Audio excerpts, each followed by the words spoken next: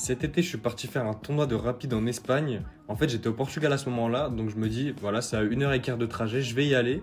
Le tournoi commence à 10h30, mais en fait, je me rends pas compte qu'il y a 1 heure de décalage avec le Portugal. Donc au lieu d'arriver pour 10h30, j'arrive pour 11h30.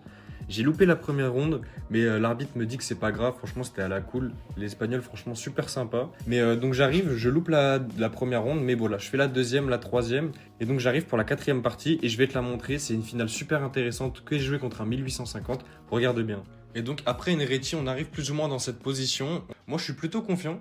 Franchement, je pense que j'ai de bonnes chances de gain avec les blancs. Au début, je sais pas trop quoi faire. Je me dis, ok, ma tour elle est bien placée, j'ai 2 pions de plus, son roi il est loin, donc il faudrait probablement que j'arrive à ramener mon roi avant qu'il arrive à ramener le sien et que je promouvoie mon pion.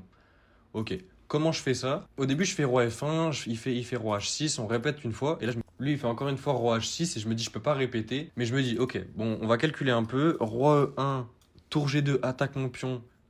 Je peux faire tour F6 pour essayer d'avancer le mien et en attaquant son pion. Ok, roi E1, tour G2, tour F6, il prend, je prends. Là, s'il prend du roi, ce qui va être le plus logique pour ramener son roi, j'ai tour F8, et je vais pouvoir faire une enfilade. Dans le pire des cas, je coupe son roi du pion, donc je vais être mieux. Franchement, c'est l'une de mes meilleures chances. Donc je vais pour ça. Et voilà, il fait tour G2, je fais tour F6, il prend, je prends, il prend avec le roi. Et là, je fais tour F8, je suis content. Je me dis, je me laisse l'enfilade. Il va devoir bouger sa tour ou bouger son roi.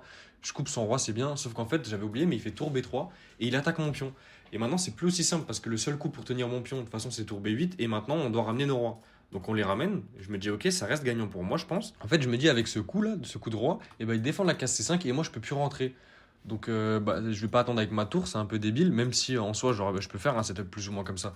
Mais en fait là, je vais jamais pouvoir progresser parce que dès que je monte, en fait il échange et il se retrouve devant le pion. Et bon, ça va mener à nul parce que voilà, ça fait patte. Je peux pas aller ici, je peux pas laisser ma tour là. Si je décale mon roi, en fait il va juste venir, je vais devoir me décaler il va gagner le pion. Donc, mon seul coup pour tenter quelque chose, c'est tour D8. Il fait roi ici, il attaque ma tour. Je vais devoir me décaler. Tour D3 pour se mettre derrière, c'est ce que j'ai fait. Et là, il se met devant. Et j'ai plus vraiment de plan pour gagner parce qu'encore une fois, là, je peux pas faire ça, il gagne le pion. Donc, je me dis, je vais devoir tenir mon pion. Je le tiens avec tour D5. Sauf que lui, maintenant, en fait, il peut juste simplement faire des échecs. Et je pourrais jamais m'approcher de sa tour parce que, comme on va le voir, là, j'essaie de m'approcher de sa tour. Mais si je viens, il a juste à échanger. Il va pas faire grand chose. Donc, je me résigne un peu à faire nul ici. Je sais pas ce que t'en pensais. Est-ce que pour toi, c'était une finale qui était facile à comprendre et facile à faire nul ou facile à trouver un gain? Dis-moi ce que t'en penses et on se retrouve bientôt pour la prochaine partie.